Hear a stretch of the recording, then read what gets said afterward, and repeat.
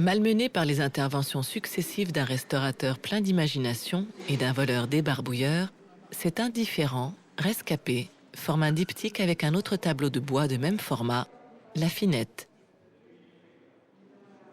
Certains ont voulu voir, dans les plis très marqués de la culotte du danseur, une réaction à la musique que jouerait pour lui la belle.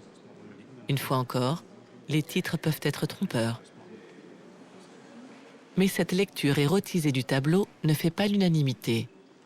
Et s'il faut trouver un lien entre ces deux panneaux, c'est plutôt l'analyse de leur support qui va nous le donner.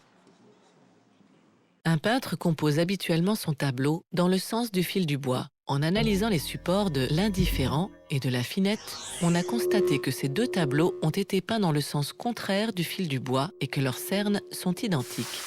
On en déduit qu'ils proviennent d'un même panneau de bois. Débité dans le sens de la longueur du tronc, ce panneau a été tourné à l'horizontale, coupé en deux, pour être ensuite peint à la verticale. Rigides, solides, ces panneaux n'en sont pas moins fragiles. Ils peuvent être attaqués par les vers, se fissurer, voire rompre. Mais ce qu'ils craignent le plus, ce sont les déformations naturelles. En séchant, le bois se courbe. Pour éviter qu'il ne gondole trop, on appliquait au revers du tableau un système de lames de bois qui l'empêche de se cintrer. On dit d'un panneau ainsi renforcé qu'il est parqueté. Ouais. Ça, on est sur vraiment ce qu'on appelle le parquetage à la française, magnifique, très bien aligné, donc un bois parfait en fait, quoi. Alors que là, vous voyez, on est sur un résineux qui est déjà complètement différent, vous voyez, avec des cernes très larges, débités sur d'os, donc des bois qui sont beaucoup plus réactifs. C'est pas du tout la même qualité de parquetage. Celui-là n'est pas.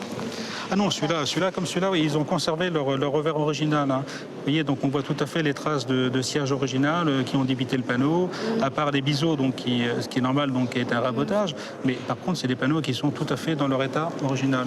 Et l'assembler dans un parc, c'est pareil. Vous avez les stries de la scie originale, donc déjà pour nous c'est réconfortant parce qu'on sait déjà que c'est l'épaisseur originale du panneau, on n'y a pas touché. Certains panneaux de meilleure qualité ont pu garder leur revers original. Rares sont ceux qui ont conservé leur format d'origine.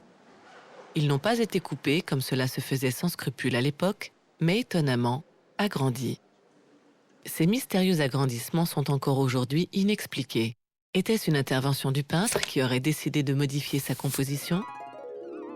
Il est plus probable d'envisager que ces interventions aient été opérées bien plus tard par les propriétaires, soit pour assortir le format du tableau récemment acquis à un autre et créer ainsi deux pendants, soit pour adapter le format du tableau à un cadre de valeur préexistant qu'il serait dommage de ne pas utiliser, soit pour pallier l'altération naturelle du bois.